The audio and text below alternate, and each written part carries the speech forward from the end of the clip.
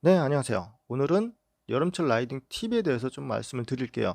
처음 입문을 하시고 여름을 맞이하시는 분들 많이 힘드실 거예요. 에너지 소모도 굉장히 심하기 때문에 조금 준비해야 될 게 있습니다. 다 아실 거지만 조금 더 디테일하게 한번 말씀을 드릴게요. 첫 번째, 수분 섭취. 물보다는 스포츠 음료. 당연히 수분 섭취를 많이 해줘야 되겠죠.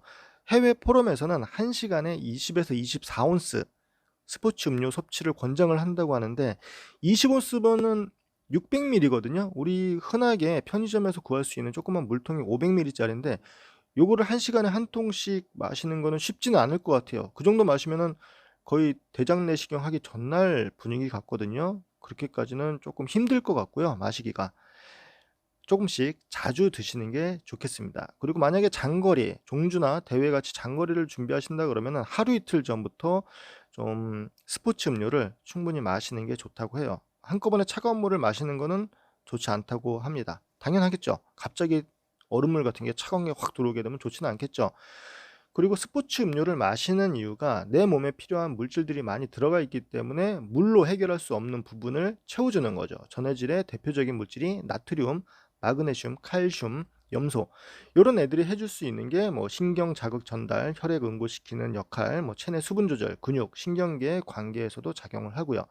그 대표적인 미네랄 식품이 천일염, 죽염이라고 해요.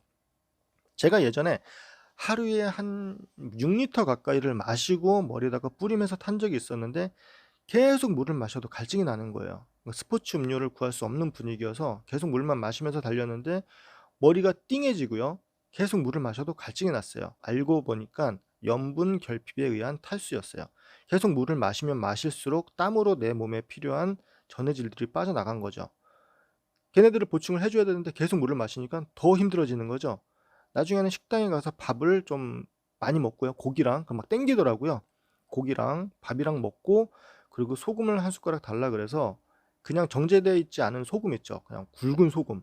그거를 한 숟갈을 탁 털어 넣으니깐 한 30분 정도 있으니까 다시 컨디션이 돌아왔어요. 정제되어 있는 소금 말고 천일염이나 죽염, 예전에는 약국에서 소금을 이렇게 조그맣게 동전 모양 같이 해서 판 것도 제가 본 것 같은데 그게 있는지 모르겠어요. 그런 걸 드시는 게 도움이 된다고 합니다. 소금을 가지고 다니시는 것보다 그냥 음료수를 한 통 사서 먹는 게 제일 낫겠죠. 우리가 쉽게 편의점 마트에서 접할 수 있는 스포츠 음료들이에요. 그냥 쭉 보시고선 다 아시죠? 이런 걸 드시는 게 좋습니다. 그리고 물통에다가 만약에 담아서 드신다 그러면은 얼려놓는 것보다 가거름을 넣어 가지고 드시는 게 조금 더 나으실 거예요. 물통을 눌러 가지고서 마셔야 되는데 얼게 되면은 눌리지가 않죠. 깨야 되죠, 막 얼음을. 근데 가거름이 들어가 있으면은 얘네들이 음료수랑 같이 안에서 덜그럭거리면서 막 돌아다니죠. 그러니까 마시기가 쉬울 거예요. 네, 요렇게 좀 음료수를 자주 드시는 게 좋습니다. 선크림. 선크림 안 바르시는 분들 많이 계세요. 선크림. 예전에는 저도 살 타는 게 좀 좋아 가지고선 일부러 선크림보다 태닝 오일을 바르고 다닌 적도 있었어요. 태닝 오일. 태닝 오일을 바르게 되면은 살이 좀 까무잡잡하게 멋있게 타는데 나중에는 좋지는 않더라고요. 단순하게 피부 보호를 해주는 게 아니라 피로와 열 피로를 차단을 해준대요. 열로 생기는 내 몸의 피로도를 줄일 수 있다고 합니다. 그래서 선크림을 발라주시는 게 좋고, 고글을 여러분들이 사용을 하실 때 얼굴에 고글이 좀 크게 들어가니까 고글을 쓰고서 한참 타게 되면은 고글 자국이 얼굴에 딱 자국이 나요. 그러면 나중에 고글을 벗고선 하루 이틀 지나게 되면은 눈만 허옇게 되고 밑에는 까맣게 되고 이렇게 되죠. 선크림을 전체적으로 꼼꼼하게 출발하시기 한 30분 전에 발라주시는 게 좋습니다. 비상식. 여름철에는 에너지 소모가 심하기 때문에 간단한 비상식을 조금씩은 가지고 다니시는 게 좋아요. 요즘에는 먹을 게 많죠. 파워젤도 있고 뭐 시리얼 바도 있고 그런 비상식 에너지 식품들이 많이 있는데, 전에는 초콜릿을 좀 가지고 다녔었어요. 근데 여름철에는 초콜릿이 녹기 때문에 휴대성이 좋지는 않거든요. 그래서 초콜릿보다는 시리얼이나 아니면 파워젤이나 양갱, 요런 거를 한두 개씩 가지고 다니시면서 혹시라도 만약에 좀 많이 힘들다 그럴 때 드시면 도움이 될 거예요. 그런데 여러분들이 계속 타시면서 이걸로 배를 채우시기에는 한계가 있어요. 제가 한 초콜릿 작은 상자를 24개짜리를 가지고 다니면서 먹은 적이 있었는데 속이 깎여 나갑니다. 정말 속이 쓰리고 포만감도 없고 뭐 헛구역질도 나고. 그래서 가급적 식사, 탄수화물을 드시고선 고기나 그런 식사를 하시는 게 좋아요. 얘네들은 말 그대로 비상식이지 얘를 메인으로 계속 파워젤만 먹으면서 달리면은 정말 속 쓰립니다. 그냥 한두 개 정도 가지고 다니시면서 비상식으로 사용을 하시면은 괜찮으실 거예요. 흡습 속건 우류 착용. 말이 좀 어렵죠? 흡습 속건.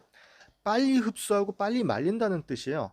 땀을 바로바로 흡수해서 건조시키는 그런 원단으로 된 제품들이 시중에 굉장히 많이 나와 있어요. 빨리 흡수하고 빨리 발산을 한다는 거는 체온을 조절하고 좀 쾌적한 상태를 유지를 하겠죠. 다양한 이제 하계형 원단들이 있는데 꼭 자전거 전용 우류가 아니더라도 등산용품이라던가 요즘에 등산용품 아니더라도 그냥 일반적으로 뭐 쿨론티 뭐 이런 것들 많이 있잖아요. 쿨론, 쿨맥스 이런 얘기들 많이 들어보셨을 거예요. 그런 제품들로 된 우류를 착용을 하시게 되면은 굉장히 시원하고 또 땀이 빨리 마르기 때문에 좀 쾌적한 상태를 계속 유지를 할 수가 있어요. 근데 일반 평상 뭐 면티라든가 청바지라든가 면바지 같은 경우에는 땀을 흡수를 하는데 발산하는 데 좀 시간이 걸려요. 그리고 땀이 계속 머금고 있으면은 땀 냄새도 나겠죠. 특히 자전거를 타면서 운동을 하면서 땀이 많이 나게 되면은 그 특유의 그런 땀 냄새가 있어요. 별로 조금 찝찝한 그런 냄새가 있어요. 빨리빨리 날려주는 게 좋겠죠. 그런데 간혹 가다가 스포츠 의류인데 땀을 흡수를 잘하는데 건조가 안 되는 옷이 있어요. 막 입고 있는데 땀이 나면은 바로바로 옷이 땀을 흡수를 하는데 그대로 그냥 땀을 머금고 있는 거예요. 그런 원단들이 좀 있더라고요. 빨리 건조가 되면은 체온 조절에도 굉장히 좋겠죠. 아주 더운 여름에는 막 달리다가 옆에 계곡이 있잖아요. 그럼 옷 입은 채로 그냥 들어가요. 그리고 다시 자전거를 타게 되면 한 30분 정도만 달려도 다 마릅니다. 물론 이제 엉덩이 이제 패드 있는 부분은 조금 덜 마르겠지만 빨리 말라요. 그리고 만약에 계곡이 없다 그러면은 달리면서 몸에다가 물을 뿌리는 것도 도움이 돼요. 옷을 계속 적시는 거죠. 옷을 적시게 되면은 마르면서 열을 뺏어가니까 좀 시원한 상태로 계속 라이딩을 할 수가 있겠죠. 한여름에 출발하신다 그러면은 옷을 물에다가 적셔가지고선 손으로 가볍게 짜고 젖은 상태로 출발한 적도 있었어요. 뭐 시원하죠. 건조가 되기 전까지는 굉장히 시원해요. 기능성 흡습 속건 제품으로 된 우류를 착용하시는 게 좋습니다. 그리고 바지는 스판으로 된 제품을 착용하시는 게 좋아요. 땀이 나면은 얘네들이 딱 붙어가지고선 바로바로 흡수해서 날려버리는데 신축성이 없는 그런 청바지나 이런 걸 입게 되면은 땀이 나면 막 들러붙죠. 그리고 땀을 흡수해서 날리지도 못하기 때문에 조금 찝찝하고 불편해요. 그래서 가급적 스판으로 된 바지를 입으시는 게 좋습니다.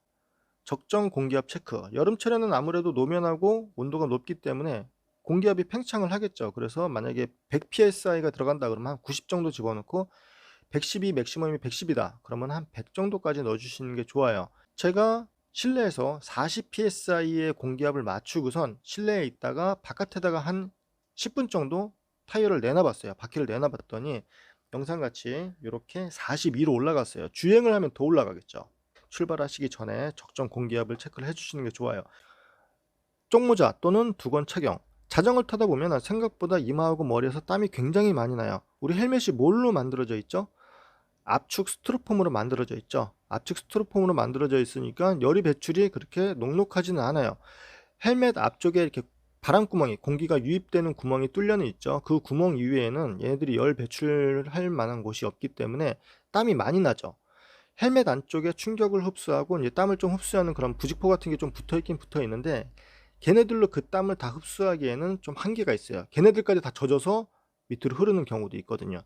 그래서 안쪽에다가 쪽모자나 아니면은 두건을 착용을 해서 땀이 눈으로 들어가는 것을 좀 막아주는 게 좋아요. 쪽모자는 작은 모자챙이 눈썹 위에 오게 착용을 해서 자외선도 막아주고요. 그리고 우천 라이딩 할 때 비가 올 때 비가 위로 들이치는 것도 막아줄 수가 있겠죠. 땀도 흡수를 하고요.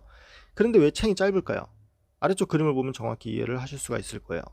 자전거용 쪽모자하고 일반 모자하고 똑같은 각도로 고개를 숙였을 때 앞에 보이는 각도가 달라지게 되죠. 일반 모자는 챙이 길기 때문에 고개를 살짝만 숙여도 앞이 다 가려져요. 그러면 돌발 상황에 대해서 대처를 할 수가 없겠죠. 위험할 수도 있겠죠. 자전거 탈 때는 일반 모자는 쓰지 않는 게 좋습니다. 마지막으로 절대로 해서는 안 되는 행동. 네, 자전거를 타고 힘들게 바다까지 갔어요. 막 여름에 너무 신나죠. 막 들어가서 인증사진도 찍고 자전거를 저렇게 들고서 막 물에 들어갔어요. 자전거에는 굉장히 치명적입니다. 아무리 카본, 티타늄이라고 해도 헤드나 비비나 허브 이렇게 구동계 쪽 그리고 볼트류 바닷물이 묻기만 해도 며칠만 지나도 얘네들은 녹이 날 수가 있어요. 절대로 자전거를 가지고 저렇게 들어가지는 마세요. 해풍에도 자전거 볼트라던가 로터 이렇게 스틸로 되어 있는 부분이 녹이 발생을 합니다. 그냥 바람만 계속 맞고 있어도요. 바닷물에 살짝 담근다거나 절대로 하지 마세요. 아주 안 좋습니다. 네, 요 정도만 아셔도 여름철에 자전거 타실 때 조금은 도움이 되지 않을까 싶네요.